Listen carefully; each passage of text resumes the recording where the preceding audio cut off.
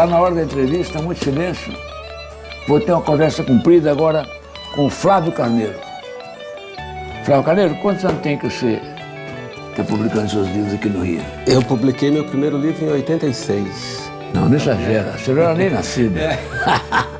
Eu tinha 24 anos e era, na verdade, uma história que depois eu reescrevi. Eu achei que ela estava um pouco mal cuidada, né? Então, alguns anos depois, eu escrevi novamente a história, peguei a ideia, fiz uma novela. Tem vários escritores. Isso é uma obsessão. Acho que tem uma coisa, o Murilo Rubião tinha uma coisa assim de escrever sempre, o mineiro, né? De sempre escrever de novo a mesma história.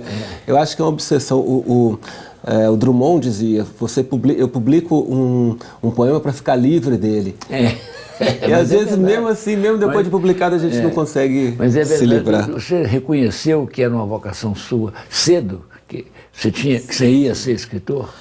Sim, eu escrevia como brincadeira, assim como jogava futebol como brincadeira, mas na minha cabeça eu tinha dois sonhos muito definidos, que eram o de ser escritor e o de ser jogador profissional de futebol.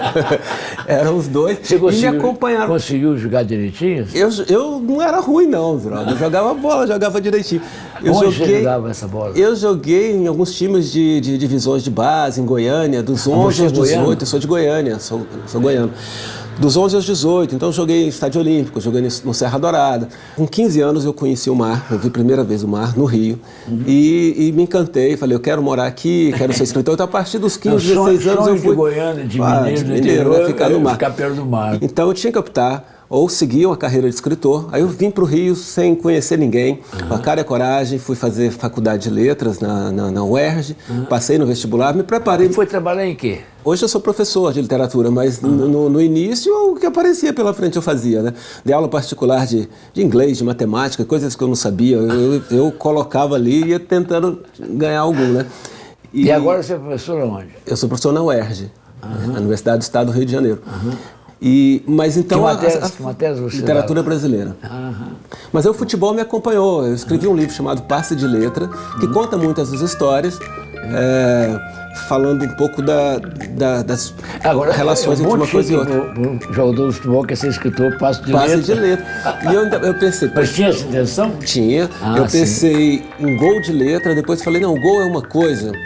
o cara finaliza, né? O passe não, o passe você troca com alguém. Exato. Então eu falei, é isso que eu quero. Faça um passe de Isso, uma troca literária, de futebol e literatura.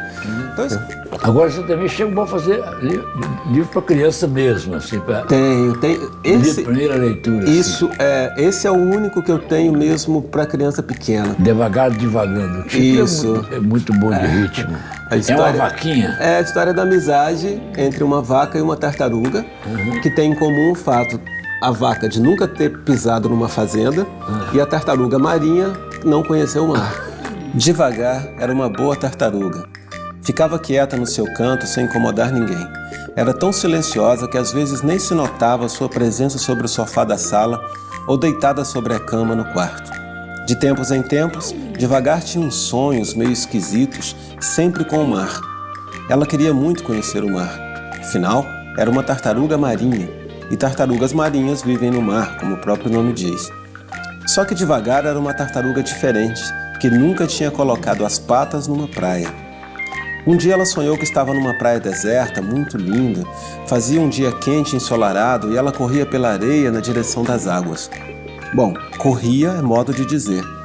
No sonho, Devagar andava tão rápido, mas tão rápido, que em menos de 3 dias já tinha atravessado a areia e sentia a água do mar molhando sua cabeça, suas patinhas, lavando seu casco. Você nasceu em Goiânia? Nasci em Goiânia e cresci lá, gostava muito de jogar bola. Minha coisa era o seguinte, era estudar e jogar bola, eu não pensava mais nada. E escrever umas histórias que eu escrevia, isso que na minha cabeça é uma grande afinidade do futebol com a literatura. Eu acho que eu aprendi muito quando eu comecei a levar a literatura menos a sério. Entendeu? Associada mais ao jogo, à brincadeira. Como eu jogava futebol e escrevia na época que eu era garoto. Você vai crescendo e querendo logo publicar e ser... Isso é um problema. Eu me lembro, eu conheci a Cora Coralina. Ela conheci primeiro como doceira. Meus pais, a gente ia muito a Goiás Velho, comprava doces mesmo. Eu não sabia que era uma poeta, era um garoto. Quando eu vim morar no Rio, que eu voltei para Goiânia, umas férias, eu fui a Goiás Velho e tive uma conversa com ela, né? E aí, no meio da conversa, ela me perguntou, eu falei que escrevia e tal, e ela perguntou, eu não tinha nenhum livro publicado ainda, qual a coisa mais importante para um escritor?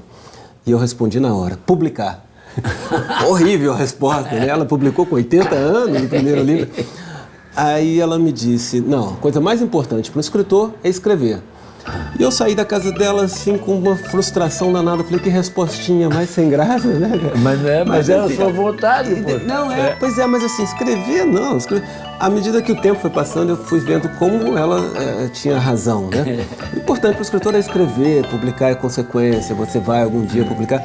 Então, acho que essa relação que eu tinha na minha infância com a literatura, que era mais prazerosa, de brincadeira, e que era a mesma que eu tinha com o futebol, eu recuperei ao longo do tempo, depois que eu vim morar no Rio. Você imagina que uma das coisas que eu tenho proposto para as escolas é que as crianças tenham um diário. Porque outro dia eu estava lendo que metade da história recuperada da França é colhida nos diários, que era um hábito cultural do francês. Entendeu? Inclusive tem o famoso diário da filha do Victor Hugo, que é uma coisa fantástica, né? Aquela história da vida privada, que é uma coleção enorme da vida. Tudo usa muito o diário. Então é o seguinte, as escolas do Brasil, você sabia que não tem mais ditado no ensino fundamental? Não. Não, daqui a pouco o menino, o dedo vai servir só para apertar o botão. Só para apertar. Não, isso é muito complicado. Eu acho que tem algumas pessoas que fazem um trabalho individualizado, que tentam ir contra essa padronização das escolas e tal. Mas, de um modo geral, a tendência é meio que ir apagando as diferenças. Isso é o que eu acho um grande problema. A escrita ela é muito a marca de uma coisa pessoal. Exatamente. Né?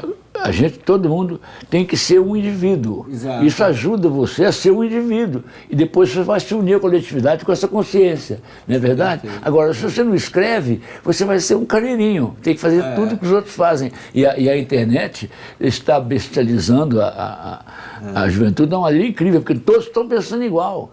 Não tem reflexão na conversa da internet.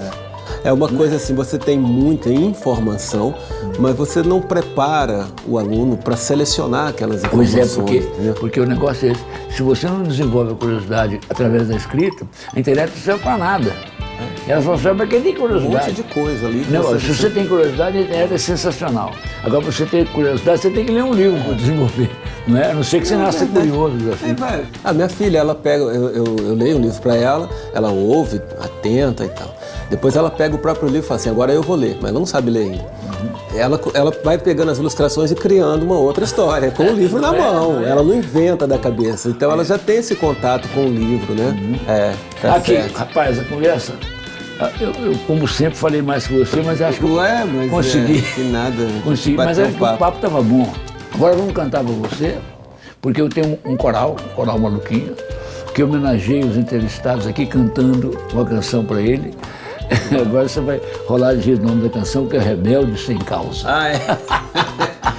Então, muito obrigado pela sua presença aqui. Obrigado foi um prazer te conhecer, muito êxito. Foi meu. Eu acho que você vai ter muito êxito, porque você está muito lúcido com o que você quer fazer e pelas histórias que você me contou. Agora eu vou ler, porque eu não tinha lido você ainda. Tá então, bom, felicidade para você, viu? Obrigado, muito obrigado. Muito obrigado mesmo.